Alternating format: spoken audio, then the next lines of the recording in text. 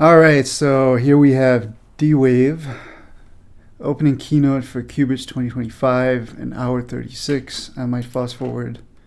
Let's see. Please welcome to the stage President and CEO Alan Baratz.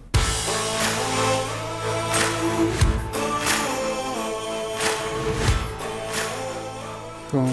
Good morning, and thank you all for taking the time to be here with us today. It's my pleasure to be able to spend the next 2 hours with you. I just gave the production team a heart attack.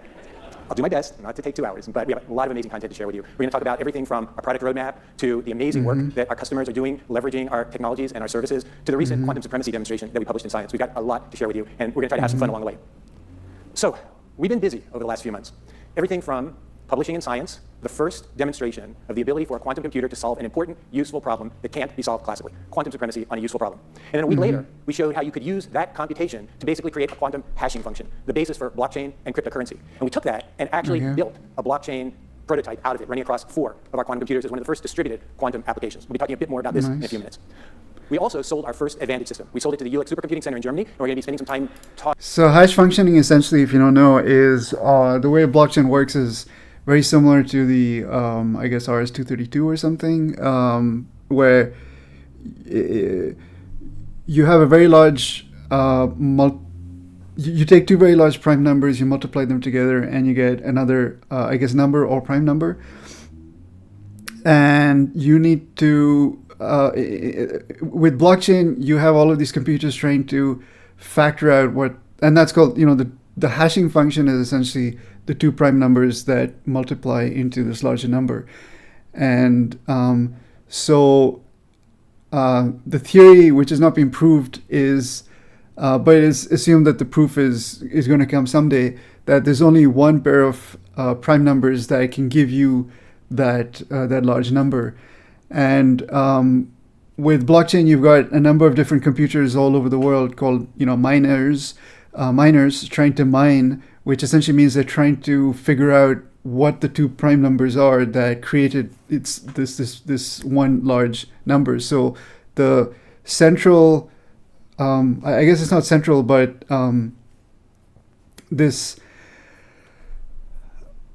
hash that has been, oh my god, I'm talking garbage, but essentially it's just you're factoring a large number, and whichever computer figures it out first has successfully mined. They're given a little bit of a reward, and it's that reward that incentivizes people to keep mining despite the electricity costs and stuff like that.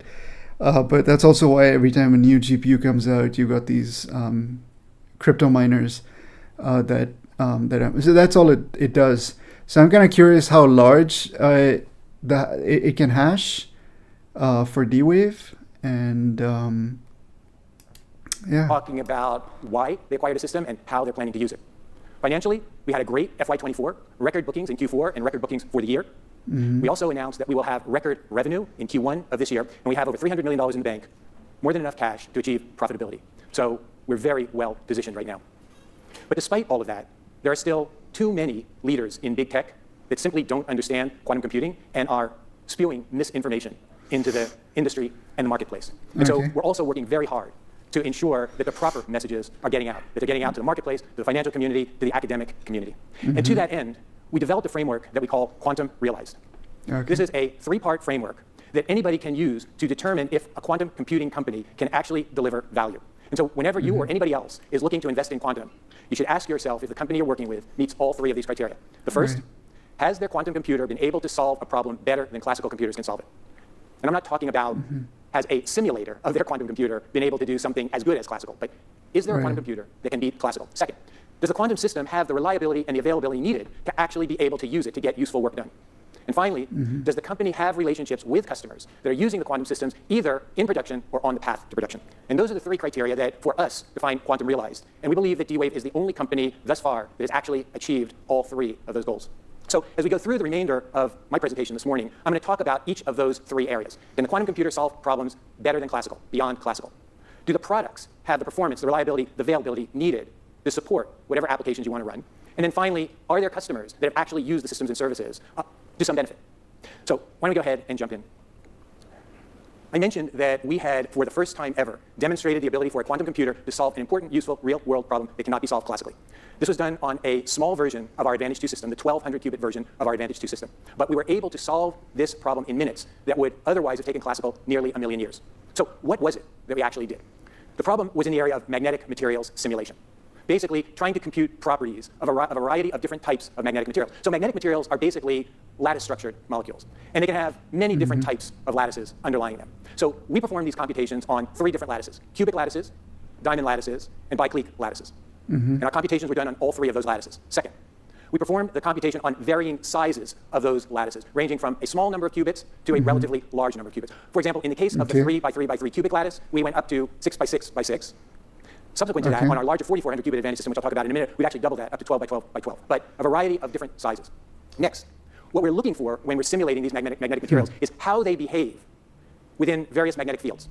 And we need to look at how they behave over time. So we looked at a variety of different evolution times, from a nanosecond up to 40 nanoseconds. And finally, we computed a number of different properties on these magnetic materials. So all of that is what embodies the quantum supremacy demonstration that we published in Science. And in order to be successful with this, we needed to be able to perform all of those computations. And all of those computations we were able to perform in minutes on our Advantage 2 quantum computer for each of the computations. And for one of the hardest of the lattice structures, and the largest size of the lattice structures, at roughly 20 nanoseconds, and computing each of the properties, we were able to do each of those computations, as I said, in minutes, whereas it would have taken nearly a million years using the best possible classical algorithms on the fastest existing supercomputers. We used the Frontier supercomputer at the Oak Ridge National Lab, which is a massively parallel GPU system.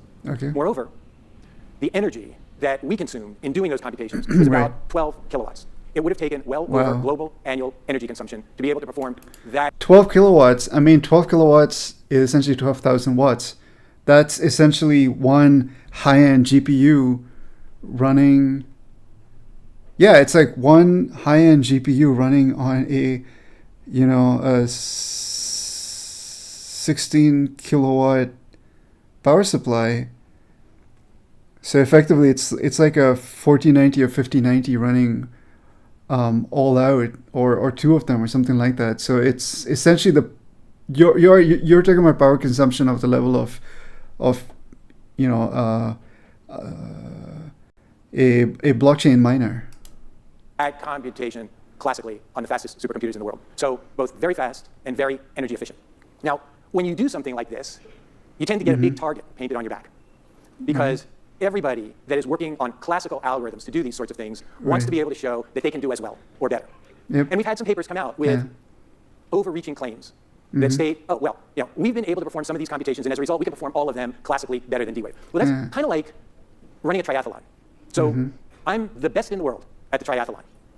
Somebody comes along and says, hey, I've been able to run the first quarter of the running portion of the triathlon faster than you ran the first quarter. Oh, that's a good analogy. I like this guy. That means I can beat you in the triathlon. That's the kind of things that we're hearing right now. And that's fine. We really do want to understand how well classical can do so we can understand the boundary between classical and quantum. But it's really important that everybody be clear about the work that they've done and the relationship between that from a classical perspective and quantum. These results are just not possible. Look, I just don't understand. People in the classical world, they're panicking because they don't want quantum to succeed, because essentially it means that their stable, comfy career, their fear is that their comfy, stable career that they invested decades in getting to is now over, or they're going to need to spend significant amount of time and money and effort and pain in trying to rekit to a quantum world. And even after going through the process of re-education and everything, they probably still won't get that job, because that's just the way that the US seems to work right now. It's really hard to switch careers. Classically, and that's quantum supremacy. And why is this so important? I said that this problem was an important, useful problem. The reason why... But for me, it was just like, I mean, I've never got paid much in my life. I am, for some reason, always inspired by the future. And so that's what attracted me to quantum information, was this idea that, in my head, I'm always imagining myself living in the future and trying not to pay attention to what I'm losing out on in this life. And that sort of inspires me to think about these quantum information. Why this is an important, useful problem is because magnetic materials are used everywhere. They're in your cell phone. They're part of the speaker. They're part of the microphone. They're part of wireless charging. They're also used for sensors.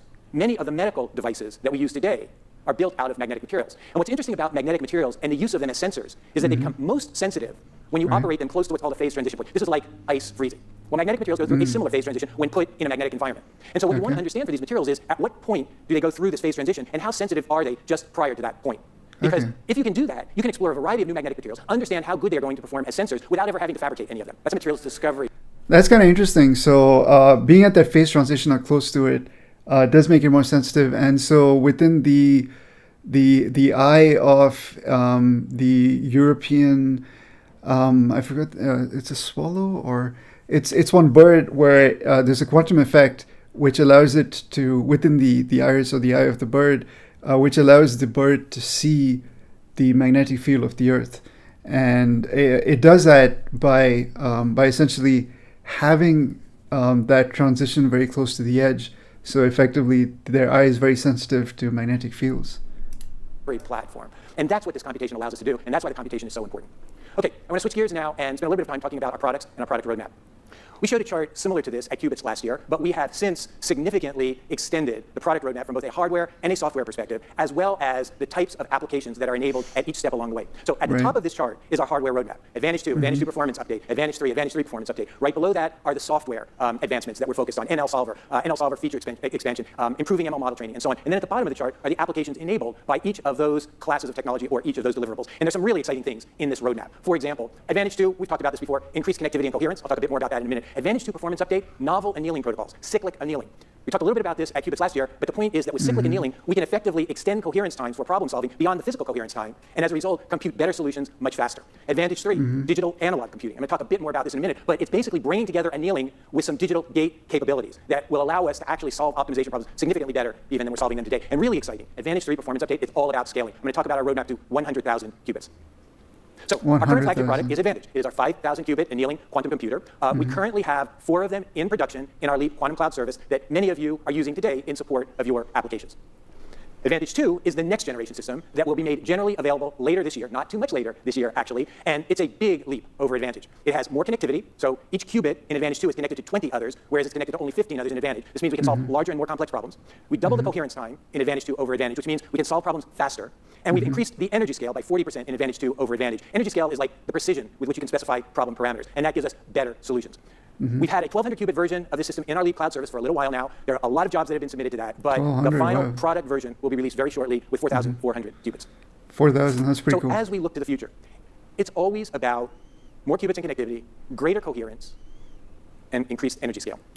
So again, for those of you who don't know, quantum annealing, which is what they use, doesn't allow them to solve the entire gamut of universal quantum computing problems. Instead, they focus on a subset of that, but they can reduce to an Ising model, from what I can understand. So, but it's still a very cool result. So as long as it's useful, it's useful. But what we want to do now is really accelerate the drive to larger systems. Up until now, with each generation of quantum processing unit, we've increased the number of qubits by fabricating more qubits on the processor chip. And we still have some headroom there. But to really accelerate growth in the number of qubits, we have to move to multi-chip, interconnecting multiple chips. And so we have aggressively started working on that approach to scaling our systems. But it's not just about being able to interconnect multiple chips. When we do that, we need to make sure that we are also preserving coherence and that we are continuing to increase connectivity. So in this roadmap to 100,000 qubits, we are targeting at least double the connectivity over Advantage 2, so going from 20 to 40, and 10 times the coherence.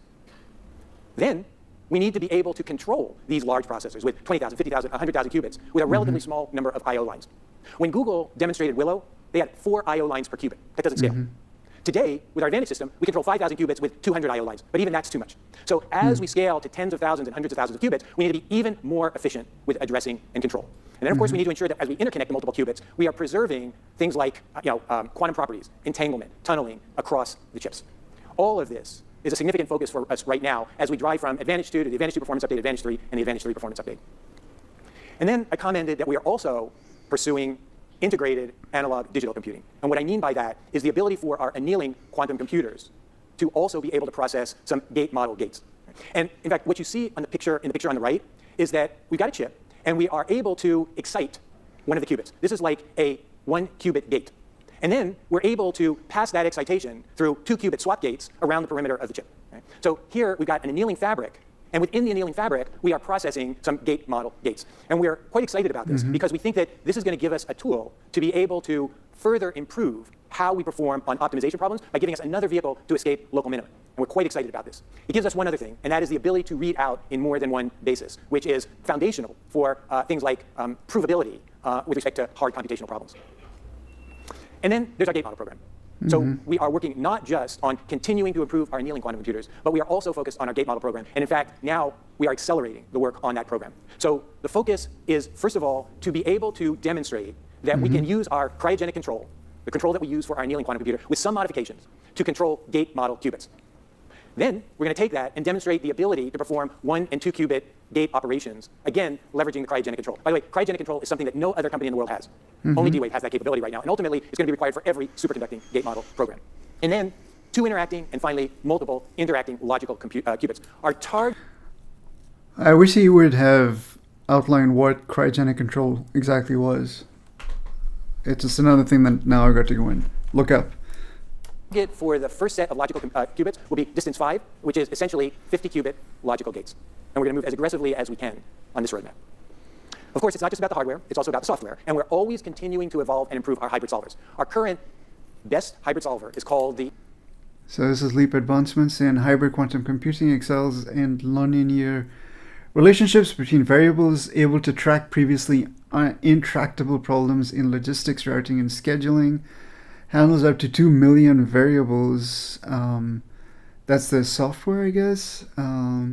Now supports continuous variables. Problems submitted to D-Wave's constrained quadratic model CQM solver can now run on NL solver. Interesting.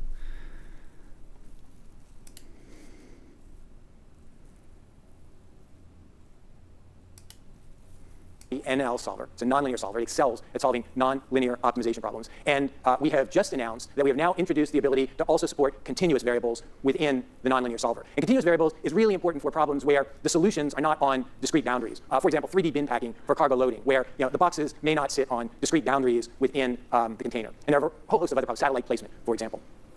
And of course, as we continue to drive the hardware roadmap and we continue to drive the software roadmap, we are always doing it in a way that ensures that our systems remain reliable and available. Our current systems through our quantum cloud service have greater than 99.9% availability. And in fact, we now offer service level agreements to our customers who are moving applications into production to make that formal commitment that if you're willing to base your business applications on our quantum systems and services, we will ensure that you will have the uptime and availability required to be successful with those applications. And of course, there are a host of other things that we do within our quantum cloud service and to our systems. For example, SOC 2 Type 2 compliance for things like security and privacy and so on.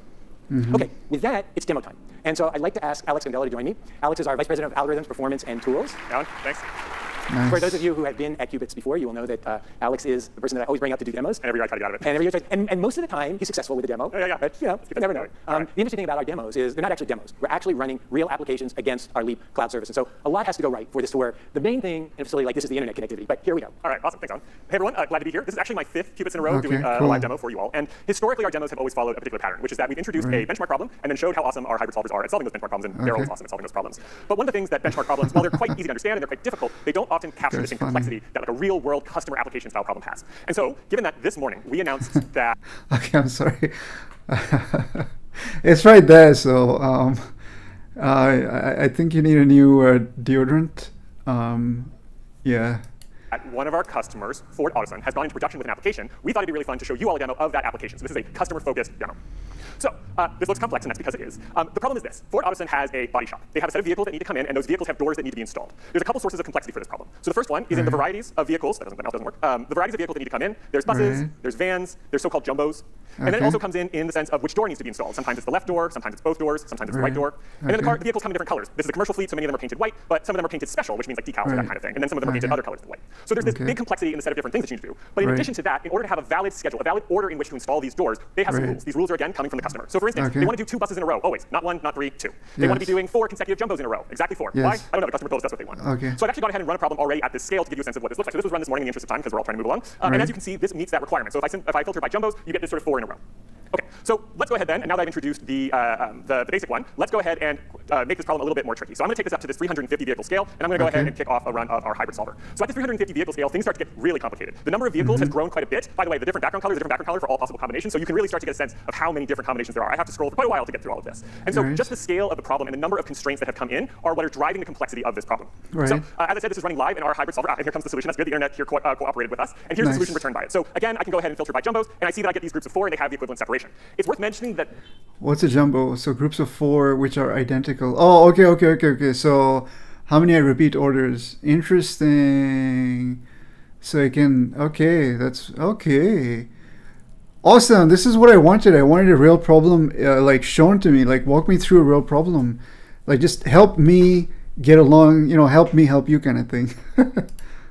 That by itself is better than the solution that Ford Otosan was using before was able to do. They weren't even able to express all of the constraints and get solutions that met all of them. But in addition to that, they had an additional requirement, which is that they wanted to minimize the spikes and troughs, a prolonged period of extra work and a prolonged period of little work, because different vehicle combinations have different amounts of effort that go into it. And so here I show a comparison between a solution that's found classically using a greedy approach, and you see this big long spike in the top, this big long trough at the end. Whereas our solution was able to find a nice even, as even as it's possible, a nice even sort of work gradient, so where it's averaged over those last 20 vehicles. So just to summarize, it's always nice to put a summary on this. The thing that they were most interested in is our ability to encode all of their business-specific constraints to their problem. We were also able to make a nice even schedule, and by the way, just for fun, their old solution, the one that didn't work that well, took 30 minutes and ours only took 5. So we were able to deliver quite a few guides to them. That's why they're moving into production with this application. And Woo!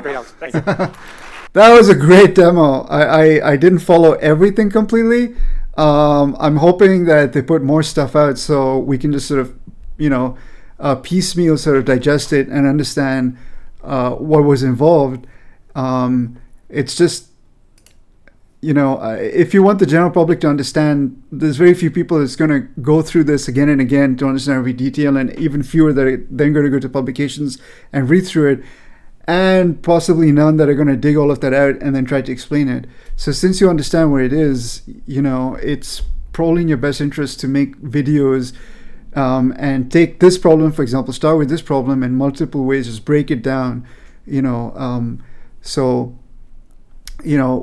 I didn't follow what a jumbo was until right at the very end, which was cool. I got it at the end, and then in terms of the work sort of function, so how do you distribute that? I kind of got the idea, but I'm not sure. I think the idea was that instead of having prolonged periods of a lot of work and prolonged periods of little work, they wanted to schedule the job so that it would sort of be like a nice mesh. So these are, I guess, complicated, like making the schedule automated is a complicated problem for a classical computer to figure out. And instead of doing it in 30 minutes, they were able to get a far better solution, or in the case of the jumbo, actually get a solution at all.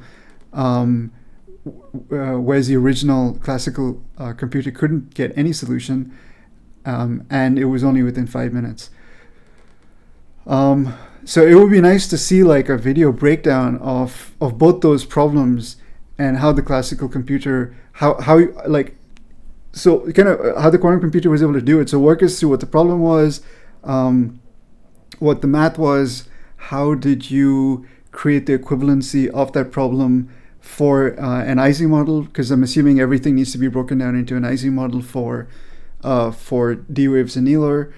And then how did you run that? That would be kind of cool. Like, how did this run within your 14 nanosecond coherence time? How did you read it out? So it would be really nice to see lots of videos that just sort of walk you through that sort of this benchmark problem. And you should really highlight this. This is your flagship problem, because this is something which, if I understand correctly, what you're saying is no classical computer can do.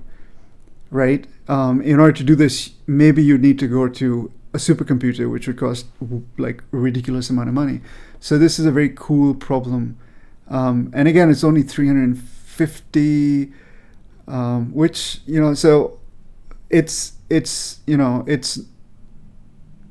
a real problem, but they're kind of getting into the realm where it's more and more interesting to people.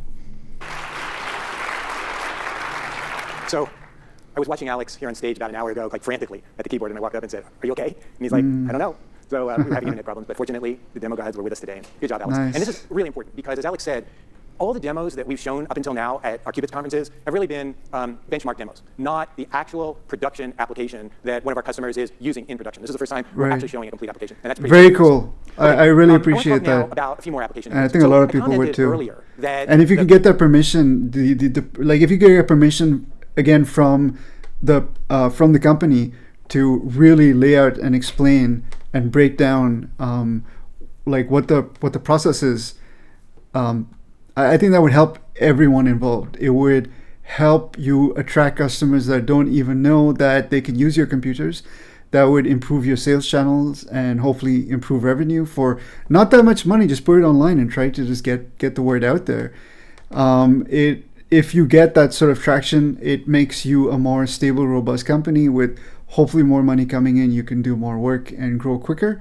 And with better and better solutions, you would then be able to provide these better solutions to your original customers. So it helps. It kind of helps everyone out. The quantum and it helps the entire field out by you being able to say, quantum computers are here. Quantum is here. I'm just, making a shortcut by saying quantum. That we've broken through the barrier, and the number of problem sets is only going to get larger and larger, and the number of interesting applications is only going to get more and more. Supremacy work is opening up some new application areas for us. One, and I spent a little bit of time on this, is in fact materials discovery. And there are various groups around the world that are looking at how to take that supremacy computation and turn it into a materials discovery platform. For example, there are researchers at Los Alamos National Lab that are looking at how you could create this kind of materials discovery platform. But this computation is also finding its way into other application areas, and I commented on this as well a little while ago. The fact that the same computation that we use to demonstrate quantum supremacy can actually be used to create the first ever quantum hashing function, which in and of itself is very important and potentially very powerful. And then the ability to take that hash function and use it to do proof of work and validation of proof of work in a blockchain, which opens up a whole new category of application opportunity for us as we start thinking about blockchain for general ledger or quantum proof of work underlying cryptocurrency. Well, bad news for you, if this is actually true and it gets to something useful, essentially all of your rent is going to be taken up by these miners who want to use your quantum computers just to do crypto mining. So the same way there was a GPU shortage, you might anticipate there might be some, you might be blocking some real research processes from happening or some real world discoveries because of all of these stupid miners just wanting to make an extra buck. So at one point, you may have heard Elon Musk say, we should put the US government on blockchain. Well, there's no way that could be done with classical GPUs. The energy consumption required to do a blockchain of that magnitude would just make it unrealistic. But now, with quantum proof of work rather than classical proof of work underlying the blockchain, we're actually able to do this with very little power consumption. So what we're talking about here is a very energy efficient blockchain. And we have built this, and we do have it running as a distributed application across 4 of our quantum computers today, where any one of the quantum computers can compute the hash function, any other of the quantum computers can validate the hash function, and this is used to actually build the blockchain. And the image that you're seeing on the right is actually an example of how the blockchain gets built, where you may end up with different threads being created, and then you always converge onto the one authorized thread to create the blockchain. And this is work that we put on the archive and an application that we actually have running today across our system. So we're really excited about the opportunities we think that's going to open up for D-Wave. And then, of course, there's AI and machine learning. And we also have a fair amount of work going on in this area. For example, we are looking at enhancing our Ocean tool set so that the AI/ML work we do could be integrated with the PyTorch software library, which is the Python AI/ML library. We are also looking at how you can use... So in general, PyTorch was made by Facebook, or it was it was taken up by Facebook and built out. It is far more user-friendly. And then that's sort of this toolkit for AI/ML. It's pretty cool to use. It just, I didn't want to use it because it was Facebook. And also, they kind of made it a little, at least back in the day, I don't know, things may have changed. They made it a little too oversimplified. And so if you wanted to make some significant changes, it was very hard to do in PyTorch, whereas Google used, I can't remember what they used, but they use another system of libraries. Quantum and... But PyTorch is much more popular because it's just very, very simplified. Classical together to solve a particular use case. For example, you might use generative AI to predict product demand in the future, and then you'd use quantum to optimize the supply chain to meet that demand. So this is an example of quantum and AI working together to solve a particular problem. And then finally, and this is the one that, in some sense, we're most excited about, is the ability to basically insert the quantum processor in the middle of AI model training to be able to use it to build better models, as well as to build models with far less energy consumption. And as you know, if you ask anybody, what's the big problem with AI today, they'll say energy consumption. Like, I need to buy a nuclear power plant. But with quantum, we believe that we will be able to dramatically reduce the energy consumption. For example, in the blockchain that I talked about a minute ago, that's about a 1,000x decrease in electricity consumption over the classical proof of work that's being done today. And we believe we can bring even more improvement in energy consumption to AI model training. And we're quite... Yeah, so what's interesting is that they found that some of these cost measures that you do when you're training AI/ML models can again be reconfigured into the IZ model layout, and so you can pass it through a quantum machine or quantum computer in order to give you the cost function. So it's the AI/ML is trained classically, but the cost function is calculated quantum mechanically and then fed back in, and so essentially it's this back and forth.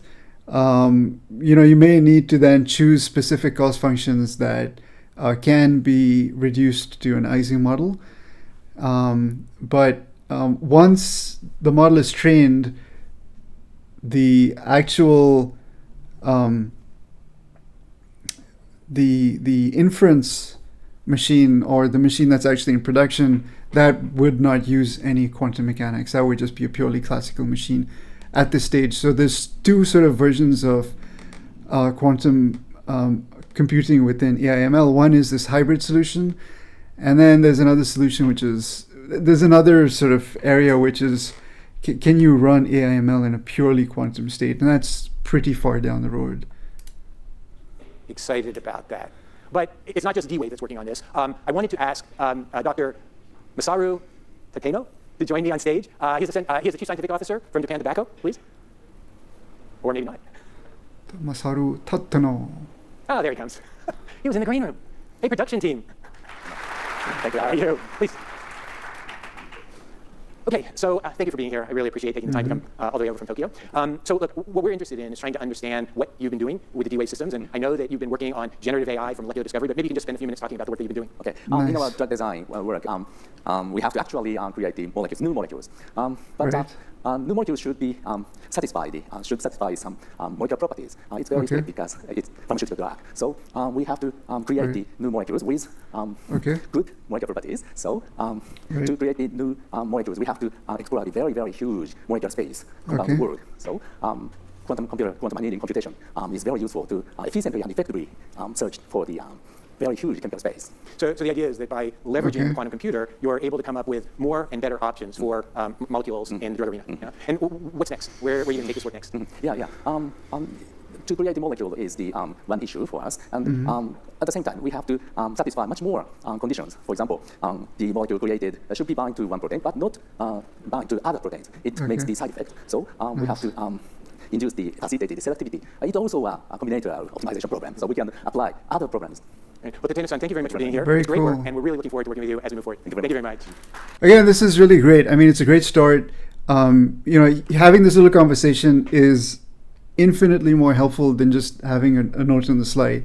So, but again, it's like if you could get permission from them to make little videos and how they do this, it would help people like me so much, because I have people reach out and ask me, like, can you explain how does quantum computing, how is it useful for simulation? How is it useful for these real world problems?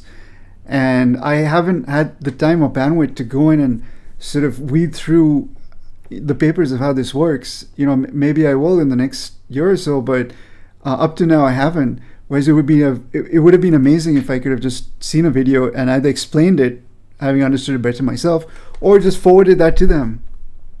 But this is great. Okay, let's switch gears and talk about optimization and quantum optimization. From our perspective, optimization represents most of the important hard problems that businesses need to solve.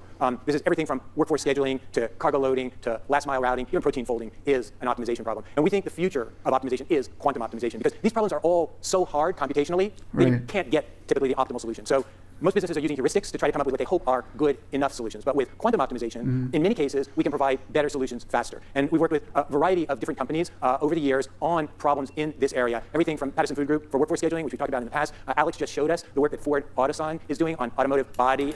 See, I've seen this before. It's just like retail menus. So it's just like very generic, and then the explanations are very sort of generic. So it's hard to believe that there's actual real-world solutions or real-world benefits from this. Assembly, and this is the newest application actually moving into production to NTT Docomo, working on optimizing cell tower resources. We'll talk a bit more about that in a minute.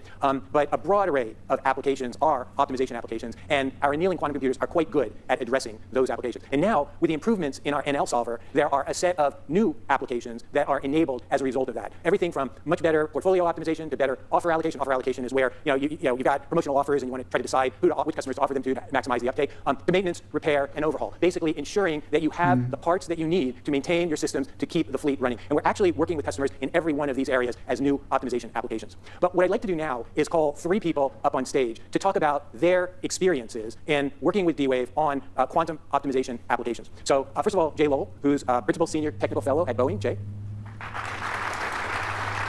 Nice. Second is Dr. Chuichi Fukuda. Yes. Yep. Did I get that okay? Yeah. Please, have a seat. Data scientist at NTT Docomo. And then finally is Thomas Ream. Thomas, thank you. Who is Vice President of Product and Industry Marketing at SAS. So each of you is at a different point in the quantum journey. Jay at Boeing is just getting started. Thomas has been working with us in our systems for a while now, but not yet in production. And then Fukuda-san is from NTT Docomo and actually has progressed quite far with quantum application and is actually using it today as part of their business operations. So really what I wanted to do was spend a little bit of time just getting some perspective on what the journey has been like for each of you. So in your case, Jay, you're really just getting started. So maybe you could just spend a few minutes to tell us what you're up to. We're getting started, and we've been in this for a long time. We're getting started with D-Wave, looking in depth at the class of optimization problems that are affecting our business. These range from manufacturing examples, such as you've shown earlier, although there are a few more parts in an airplane than there are in a van, and optimizing the roughly 1 million parts that come together into an airplane into a coherent supply chain that is robust against those disruptions, delays, and the like, is really a vastly more complicated problem than we've ever taken on as an optimization problem within the company. And one of the reasons we're working with D-Wave is this depth of background in optimization and deep understanding of how they're formulated, where you can make good progress, and where you're going to have to kind of hold off and maybe take a longer-term view. This is one of the things that we really came to work with D-Wave on, and we're really interested to see how that work develops over the next year. Yeah. And I don't want to kind of put words in your mouth, but I know we got off to a little bit of a rocky start because early on I think you had experimented with a variety of different quantum systems and just really weren't sure that they were ready for prime time yet. And we spent some time trying to work with you and your team to help you get comfortable. At the time we first spoke, we were sure they weren't ready for prime time for the class of problems we were interested in. What our discussions with you have helped us learn is that the ceiling is higher than we'd expected and the floor is lower than we'd expected. And so those discussions really are why we're here today. Great. And Thomas, you've been working with us for a little while now. Maybe you can talk about what you're up to. Yeah, sure. So we've actually been really focused on the quantum AI space for a couple of years now. But our intent is finding real life use cases that our customers can benefit from, very similar to what you talked about earlier today. And the work that D-Wave and SAS are doing together is around a proof of concept that we have completed with a consumer products company. Now, this is a long-time SaaS customer that we've been doing a number of things with around the area of forecasting, optimization, other advanced analytics, and AI. In this particular case, we took some SaaS optimization capabilities together with D-Wave and the quantum annealing capabilities that you have there to help them solve a factory setup challenge. And the results have been very impressive.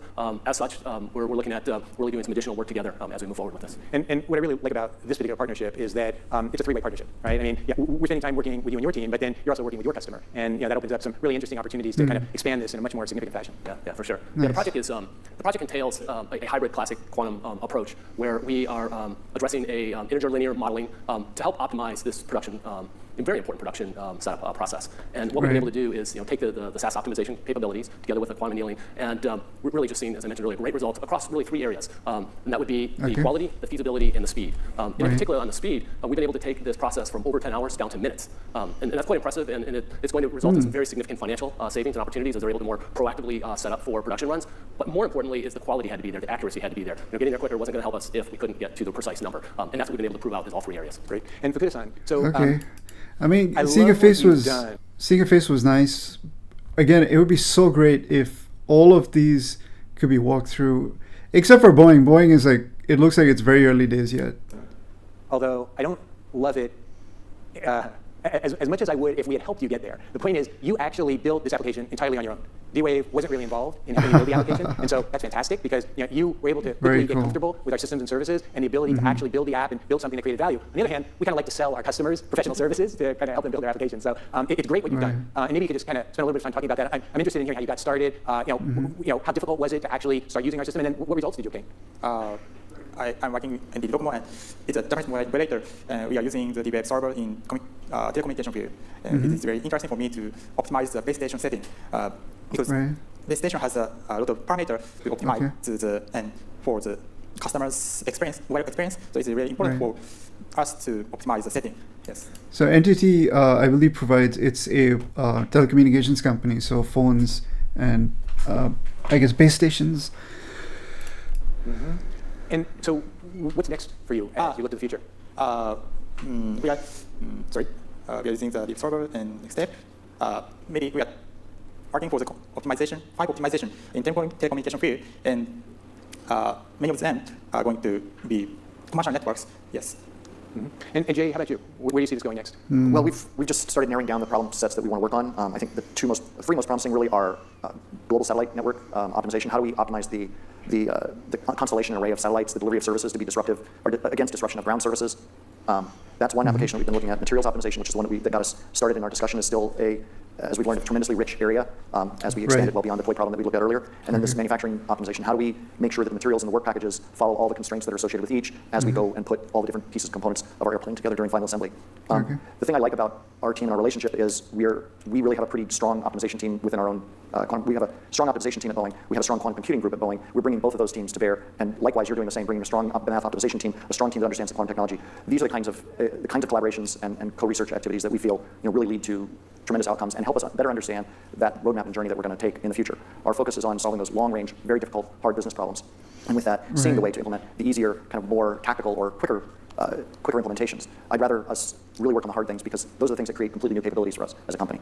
And you and I had a phone conversation a week or so ago, and you said that one of the things you were interested in trying to understand is whether the quantum systems could actually help in understanding which of the input parameters the optimal solution is most sensitive to or least sensitive to.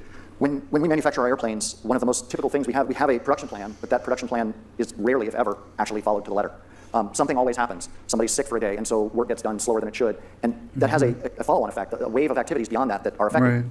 Understanding and building optimal manufacturing flows that are disruption tolerant, and more to the point, understanding what are the things that they're truly sensitive to and what are the things we have to mitigate or put controls in to ensure that they don't happen in order to maintain a more reliable, more repeatable schedule. From the company's perspective, we would like to get every airplane out the door as fast as we possibly can that is safe and manufactured 100% properly. If we can't do it the very fastest way, but we can guarantee that we'll get all of them out at 98% of that pace, we'll take that every day, every time. And one of the things I liked about that comment is that our quantum systems are actually quite good at quickly providing Yeah, I mean, it's great to got Boeing to the table, but Boeing is not what it used to be, so, I mean, the last plane was kind of a disaster, right? So, it's always scary stepping into a Boeing now. And it didn't sound like Boeing fixed any of the underlying management issues that led to this situation. A variety of solutions that are very close to optimal but quite diverse. And my thought process was this could be actually used as you look across those samples to try to understand, okay, which of the parameters actually is the optimal solution most sensitive to. Right, and this is something that classical computers really struggle with. Understanding those sensitivities is often a laborious problem, as laborious or more laborious than actually calculating and finding the optimum. Yeah. And Thomas, next steps for you. Yeah, well, obviously we're really excited about the progress that we've made so far, and we're continuing to invest in this particular area and with D-Wave. So one of the projects we have going right now is we're experimenting with taking some of the SAS solvers and D-Wave's quantum solvers and bringing that together. And we have a conference coming up in May, not plugging, but we have a conference coming up in May where we'll be highlighting this. And what we're doing there is we're taking our VIA Workbench, which is a developer's toolkit, together with D-Wave's Leap system, and then bringing that together to really show how this is accessible and approachable and can solve real-world problems. That's great, and I look forward to an invitation to your conference. Absolutely. All right, thank you all. Thank you. Thank you. Okay, but as important as the product roadmap is, as important as the quantum optimization arena and building a business around that is to D-Wave, as important as opening up new application areas is to D-Wave, science is also important to us. On a daily basis, we and other researchers around the world are using our quantum systems to explore all kinds of new, interesting questions. There have been nearly 10,000 papers published based on the D-Wave system, over 150 of them published in the peer-reviewed journals of Science and Nature, and we're very proud of all of that work. Research is just as important a component of what we do as is our commercial applications and the ongoing development of our products. As I commented early on, we have just sold one of our quantum computers to the Jülich Supercomputing Center in Germany. This system will be located near where Europe's first and only exascale supercomputer will be located. And here to spend a little bit of time talking about this with us is Dr. Thomas Lifford, who's the director of the Institute for Advanced Simulation at Jülich. Thomas. Good to see you. Good to see you. Okay, so why buy a system? Why buy a system? To compute. Yeah. So We know D-Wave since a long time. I think the first time I came into contact, physical contact, was in 2007 in Reno at a supercomputing conference. Now, you know, from computing to quantum computing, there was the contact. So, you know, I mentioned that the D-Wave system is going to be located next to the Jupyter supercomputer, the exascale computer. How do you envision those two working together? So the exascale computer is a digital computer, clearly an HPC system. And we want to open on these systems new avenues that will boost the exascale performance to some direction where exascale will not be sufficient to do the computations. Here we see huge potential in the D-Wave machine. By experience, since 2019, we have remote access to a 2,000 qubit system, and since 2022, actually beginning of 2022, we have hosted an advantage system with 5,600 qubits, I guess. We say lots of yeah. And with this system, we have made extremely good experience as to science. Can you talk about some of the applications that you've worked on the system? There are so many. There is one that was in recent weeks by Jaka Vodeb and his group on cosmology. Now, you were talking about science. I'm deeply convinced that basic science is also the driver of economic growth, and it will be in the future. So this activity was to compute the growing of bubbles in the early cosmological vacuum. It's a difficult thing, of course, but you can imagine it as some bubbles in let's say, gas or in some environment, some classical material science environment. And the interaction of the bubbles is an interesting thing. And on the D-Wave, one could compute this interaction, and one can now take, let's say, conclusions as to the forming of the early universe in cosmology. For me, as a scientist, I'm elementary particle physicist, this was an extremely interesting application, and this is just one of so many. You've also done some work in AI, though, haven't you, on the system? Yes, of course. This machine, the Jupyter, will be an AI machine, I believe, even more than a simulation machine. So we have conceived it as a simulation engine, but in recent years we also said, let's have a dual sort of activity on this machine, but now everybody wants to do AI training. And here, I believe, with the D-Wave machine, if we can properly integrate the systems, I don't want to integrate one in the other, they have their own, let's say, fields of interest, but that they can work together, and we are on that. We have a lot of software developed, and we are developing together. We believe that we can speed up and we can multiply the effectiveness of AI training through the D-Wave machine in the future. And that's exactly where we believe this will have an impact. It will not be solely a D-Wave machine, but it will also not going on with GPUs only. Who can afford the huge energy bill that requires? Exactly. And you know, two of the reasons I think why, I'm not to put words in your mouth, but why you were interested in actually having a system there and having more control over it was first to more tightly integrate it with the Jupyter supercomputer, and secondly to have the ability to control more of the operating parameters of the quantum computer. When our quantum computers are in our cloud service, for example, we have to run them at a constant temperature. We can't vary the temperature of the system, but now you'll have the ability to actually vary those parameters. Yes, even more, let's say, delicate ones, just that a program can control those parameters if necessary. So if you use the machine as a function, so to say, you invoke a function in your C or Python program, whatever you use on the supercomputer, then you might be able to, let's say, boost the effectiveness of the quantum computer through knowledge of the performance of your program. That's what we are going into, and we believe that for AI this might be a very interesting application. Yeah, and we're really excited about the work that's on the horizon. Thank you, Thomas. Thank you. Nice. Okay, so sort of embodied in the discussion that I just had with Thomas is an important extension to our go-to-market and business model. Up until now, we've had two primary components to our business model. The first is professional services to help our customers build applications and deploy those applications. And the second has been quantum compute as a service, a recurring revenue model. The idea being to buy access to the systems either for development work or to run applications in production. The quantum compute as a service runs on our Leap quantum cloud service, and professional services is through what we call our launch program. Now, with the sale of an Advantage system for the first time ever, we've opened up a third component to that model, which is system sales. And we're actually very excited about this. And we're excited about it because the quantum compute as a service, recurring revenue model, and the system sales model are very, very complementary. They're complementary from a revenue perspective. With quantum compute as a service, we build longer-term recurring revenue. With system sales, we build more near-term revenue because revenue gets recognized when the system is turned over. There are different customers that are interested in these two models. If you're really just interested in running your application, quantum compute as a service is the way to go. You don't necessarily need to own your own system. If you're interested in doing more fundamental research, controlling more of the parameters of the system, then purchasing a system is the way that you most likely will need to go. So these are very complementary models, and we're really excited about the fact that this really is opening up an important extension to our go-to-market model. And I do want to say just one thing about the system sale model. We also, a few months ago, announced what we call the Quantum Uplift program. And for me, this is a fun program. So we hear regularly from the marketplace that they are frustrated with other quantum computers that they've purchased or are using, that they don't have the availability, they don't have the uptime, they're not actually able to solve the problems that they want to solve. So our Quantum Uplift program is very simply, if you're frustrated with your current quantum computer, we'll give you a really good deal on one of our quantum computers. So with that, I want to introduce Murray Tom. Murray is D-Wave's quantum technology. I like this guy. Murray? Thanks, Alan. Murray actually is going to be your host for the rest of the event, as he has been at every Qubits for the last few years, and he does an amazing job hosting the event, so we're pleased that you're going to be doing it again. I will tell you, if any of you follow Murray on social media, you'll also know that he's sometimes referred to as Quantum Murray. So Murray, are you actually here or not here? Yeah, that's right. Well, my role in evangelism is part communications and part technology, so it's a superposition. I know. Yeah, come on. Yeah, there we go. We gotta loosen up a little bit here. We gotta loosen up. I mean, if you've heard a lot of superposition jokes, I can promise you haven't heard as many as I've heard.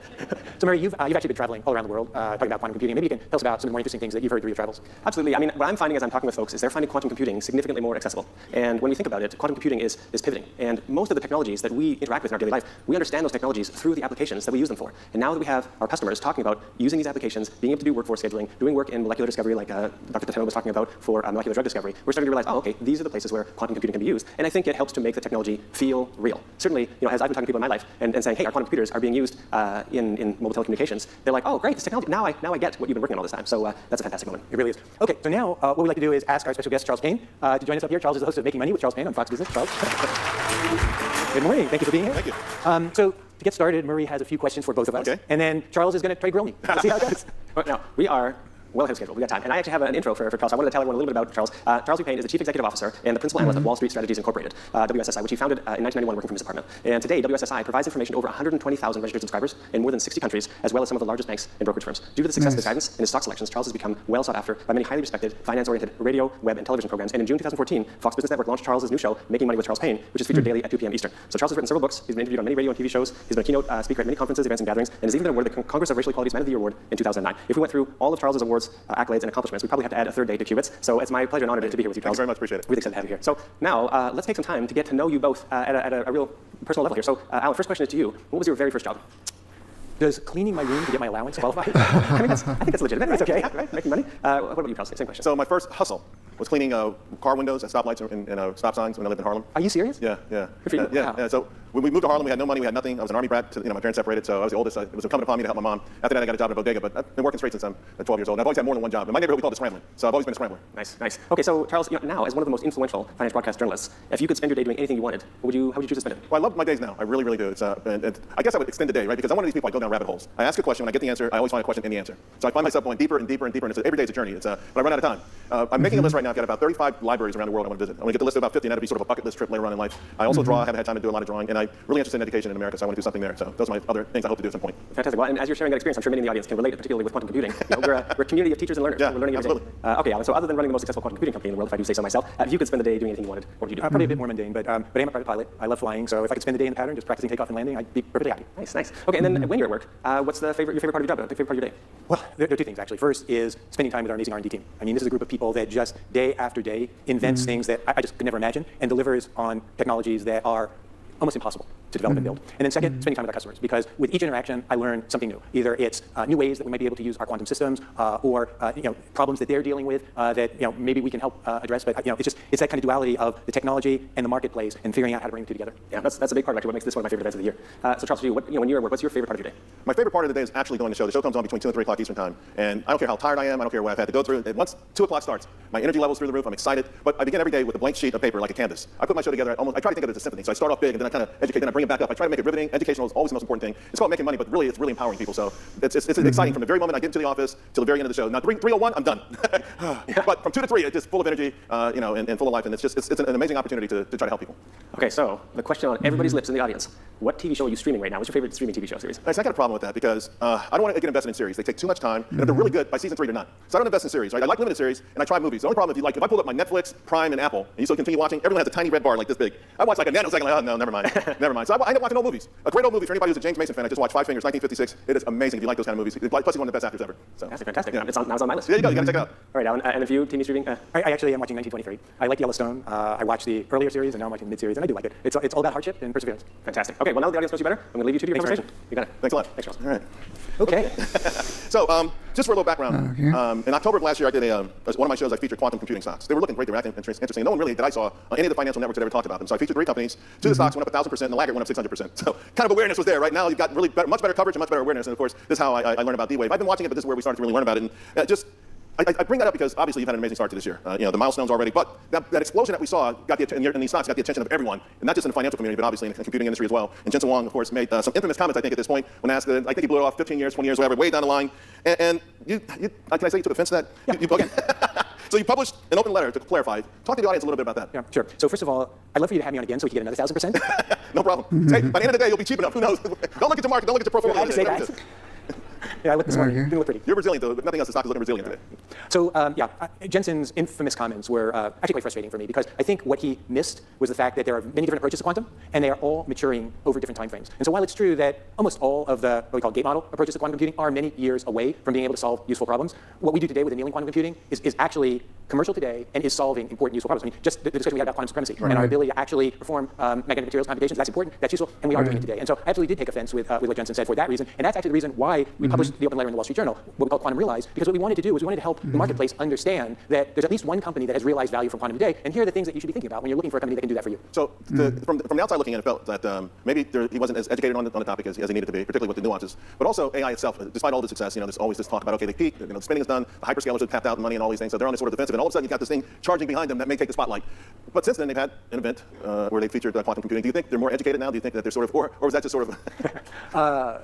Yes, I think they are more educated, but I also think you're right. They see us coming up from behind and they're nervous. Yeah. And I think that event, whether it was designed to marginalize quantum or it just happened to marginalize quantum, that's what it did. Because when we hear comments like, well, maybe you shouldn't call a quantum computer a computer, you should think of it as a scientific instrument, to me, that's attempting to say, stay on my space, right? You can play over here. Right. And that's just not reality. I mean, our systems are being used to compute solutions to hard problems right now. So in your answers already, you distinguish your systems, your company, and the others, right? Because we have seen other quantum computing or quantum names, the timelines are out there still making it feel like futuristic, and it's really over the horizon. What is it fundamentally different about D-Wave that you've been able to achieve what you've achieved versus your rivals? Yeah, it really is the annealing approach to quantum computing. So there are these two primary architectural approaches, annealing and gate. Most of the people here understand the difference between the two. But annealing, which is the approach we decided to start with, is just a much easier technology to work with. It's much easier to scale. That's why we're at 5,000 qubits a day, and everybody else is at tens to a few hundred. It's much less sensitive to errors. And that's why we're able to deliver really good solutions today without error correction. There's no evidence you'll be able to do that with a gate model system. You're going to need error correction. And then it's very good at solving these business optimization problems that represent most of the important hard problems that businesses need to solve. And it was really that early decision to focus on the annealing architecture as the first of our deliverables into the marketplace that has allowed us to become commercial well ahead of everybody else. So watching the presentation from in the green room, the guy from Boeing, this is why this is so impressive to me, to have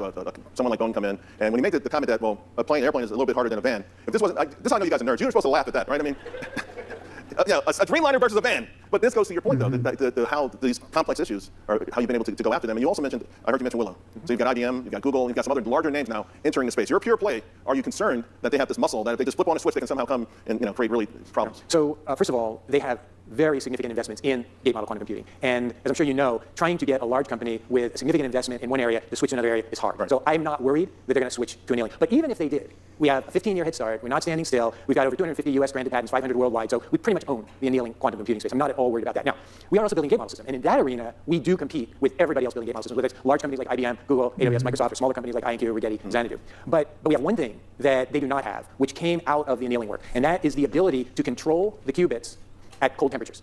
Basically, superconducting control of the qubits. This is something that anybody working with superconducting technology is going to need to figure out in order to scale their systems. We have it today, and it took us many, many years to get it. So even in the gate model space, there's a place where we are significantly ahead. It's interesting because I'm going to just pick up on that. As, again, listening in the back end, when Elon Musk talked about the government running on blockchain, and the point you made about the energy consumption, even thinking about NVIDIA and the Blackwell chip, and the selling point is the energy part of it, right? I don't hear the quantum. I hear more about the computing aspect of it, not controlling the energy, lowering energy, making it more realistic that it can actually be applied to these bigger endeavors. Yeah, well, you don't hear about it because they don't know how to do it, right? I mean, if they knew how to provide the same level of compute with lower energy consumption, they'd be talking about it, because that is the big Achilles heel right now, and that is the area where we are going to be able to deliver very significant value. In fact, a lot of times I'm asked, what is quantum computing, right? And most of the time people expect, well, it uses quantum mechanical effects to solve hard-run superposition, entanglement, tunneling, and then their eyes start to gloss over, right? But if somebody says, what are GPUs? Jensen doesn't go into all the technical details of how the processor works. He says, it's scalable computing, right? So what is quantum computing? It's energy-efficient computing for solving hard problems. That's really what quantum computing is. Love it. So Fortune 500 companies, the adoption, obviously, again, you have Boeing up here. How's that looking? It's looking good. So first of all, we do regularly report the number of customers. When we announce earnings, we report that. We currently have over 100 customers. Over 75 of them are commercial customers. And a little bit over 20 of those are Global 2000 customers. So we've got a large, diverse customer base, including a number of very large companies. And do you expect a sort of classic hockey stick ramp? In other words, as more adopted, as more talk about it, it could actually become sort of this amazing fortuitous cycle for you. So yes, but I don't really love the hockey stick characterization because too many business plans have hockey sticks in them. You never get to the hockey part of the stick, right? So the way I think about it is that as we continue to deliver on our product roadmap, we enable more and more use cases. And as we do that, we're able to layer in more and more revenue in support of those use cases. So it's not so much a step function, like we can't do anything and all of a sudden we can, but it's more a nice growth curve that's layering in new use cases. So quantum delivered quantum supremacy. Let's talk about that for a moment. Okay. Quantum supremacy really is just the ability to solve problems on the quantum computer that cannot be solved classically. As simple as that. The way we characterize it, though, typically is by looking at how much time it would take if you tried to solve it classically. So, and that, by the way, was a point brought up a couple of times during the presentation. Yeah. So we can solve some really hard problems in minutes that would take many years to solve classically, and that is supremacy. And look, it is what everybody in the quantum industry aspires to. It is, in terms of the holy grail of quantum. And there have been a number of attempts to demonstrate it. There have been a couple of attempts by Google, attempts by IBM, attempts by Alibaba. The early attempts were proven incorrect. What we call spoofed. Classical systems could perform the same computation. The later attempts have held up. Namely, they haven't been spoofed, but they've all been on contrived problems, not useful at all. In fact, academics will tell you, you cannot do anything of use with these results. What's so different about what we've done at D-Wave is that we've demonstrated this ability on important, useful problems, and that's groundbreaking. How does it give you a commercial advantage? Yeah. So the supremacy work actually helps us in 3 areas: marketing, technology, and product. So from a marketing perspective, just the fact that we've demonstrated that our quantum computers can do things that can't be done classically gives us credibility. So when we go into the marketplace and talk about what we may be able to do for you, how we may be able to help you, we have the credibility of the fact that our systems actually are doing not only useful work, but useful work that can't be done classically. So it's a credibility builder. From a technology perspective, there were some new protocols within our annealing quantum computer that we had to develop in order to achieve the supremacy result. Central is what's called fast annealing, so basically to run our quantum computers at nanosecond speeds. That capability is directly applicable to providing better solutions to optimization problems. So the technology that we develop for supremacy applies in our commercial business as well. And then finally, product. As I said, we now have a quantum blockchain, which is a much more energy efficient blockchain, which opens up new product opportunities for us. I'm going to ask you about disruption. When you talk blockchain, a lot of folks think about the crypto potential Bitcoin disruption. But before that, as an investor, people now sort of lump the pure play names together. You already mentioned Rigetti, IonQ, whatever. What's the distinction between them? Obviously, you're the only one with the quantum supremacy, but I don't know that the average investor per se understands that or knows that. Yeah. Well, in some sense, the most significant difference is that both of them have yet to show that their quantum computer can perform even a little better than classical. Right? So you hear these comments every so often. Oh, we've been able to solve this problem better than classical. But when you actually go look at the results, what you realize that the cherry-picked results don't hold up when you start scaling the problem. In fact, one of our researchers, Kathy McHugh, will be out here later talking about the right way to do benchmarking. And when you hear these kinds of results, here's what you should look for to see if they're solid results or not. But they're just still in the R&D phase. They have a lot of work to do before they get to the point where they have quantum computers that can actually do useful work. As you race forward, and I think that would be the appropriate word for this, and become more successful, and the spotlight gets a little bit brighter and wider, I think invariably you'll get the same sort of questions that you have with AI, right? Particularly when you start talking about AI supremacy and the anguish that goes along with that within the industry, the pioneers of AI, and obviously for everyone else who's paying attention. Are you concerned about that at all? You prepared to say, okay, because it's going to come with the territory? Yeah. Look, I mean, it's an important question. It's a real concern.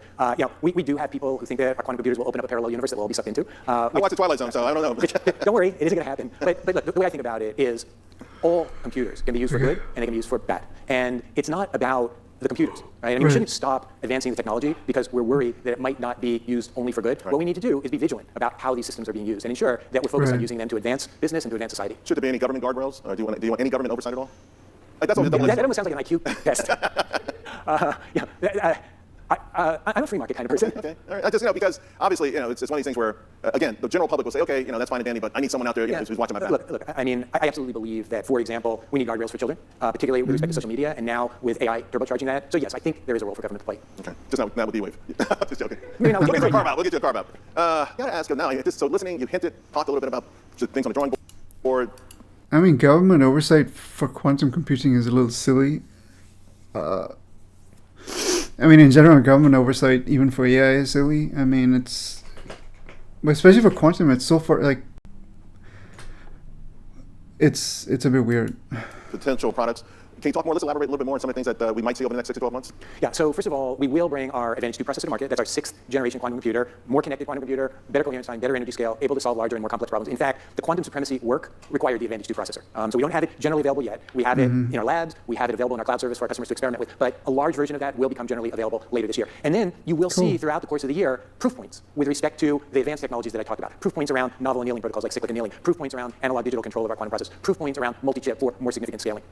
So every day, just about every day, I don't want to be too hyperbolic, but just about every day, I see a story on quantum somewhere, and they're not necessarily high above the fold, so to speak, but they're rising. And I think I just saw something 4 or 5 days ago with the random numbers. Yes, that was from Continuum. Right, and it's just looking at it as, it's really fascinating. I think, again, not enough folks are out there who aren't in this industry or in this space really paying attention, but it's coming so fast. When you see these sort of developments, even from rivals, what does it do for you? Does it energize you? Does it say, hey, there's another area to look at? I mean, what is it? Because the news is coming, and it's all pretty good stuff, and I think way ahead of schedule. The short answer is yes. It is exciting whenever we see advances in any area of quantum. I think the Willow announcement from Google was a really significant and important piece of work. This was the first time that anybody was actually able to show that you can make error correction work. Now, they did it on a small scale, but nonetheless, they were able to show that as you increase the size of the error correction, the errors reduce. And then they were able to use that to basically repeat a supremacy computation that they had done a few years ago that did get spoofed, and this one likely won't be spoofed because they could do a longer computation. And that was really important and really kind of energized the whole gate model quantum industry around the fact that, yes, we are making progress toward error correction, which is extremely important. And then whenever anybody comes up with a demonstration of new applications that a quantum computer can solve, that's exciting to all of us. Whenever I hear one of these press releases, see one of the press releases or hear one of these comments, the first thing I do is I go to our technical team and say, okay, can we do this?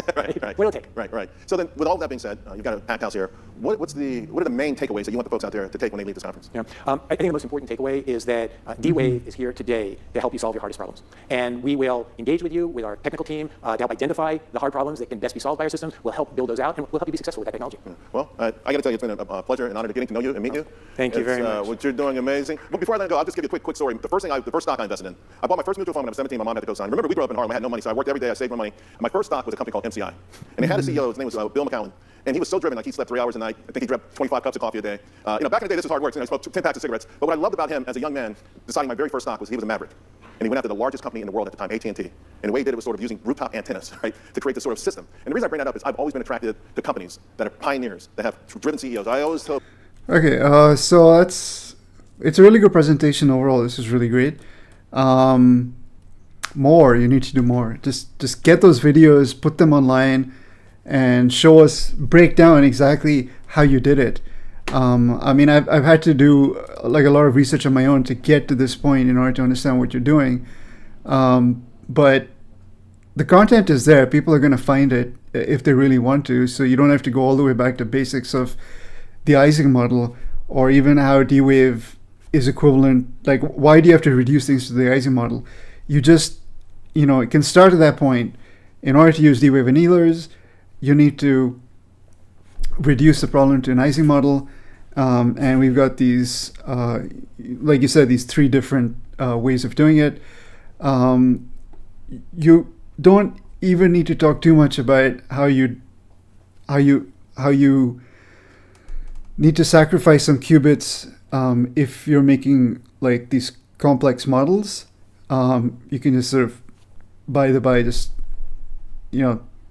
as like an asterisk point. Asterisk point, if someone wants to, there's like a little like explainer video somewhere. But like how those problems get reduced to the Ising model, and sort of walk us through, like, how do you do the calculation within 20 nanoseconds or 40 nanoseconds, the coherence time, and how many calculations, like was it multiple iterations or was it just one annealing? Like, was it just one annealing result at the end, like a cost function, or was it some iterations or something? That would be really, really fascinating to watch.